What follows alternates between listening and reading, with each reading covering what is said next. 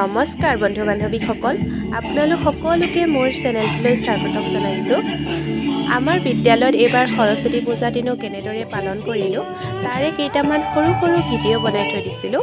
আৰু যিহেতু মোবাইলত থাকিলে ভিডিঅ'বিলাক কেতিয়াবা ডিলিট হৈ যোৱাৰ চান্স থাকে, গতিকে এটা ভিডিঅ' বনাই ইউটিউবতে আপলোড দিওঁ বুলি ভাবিলোঁ।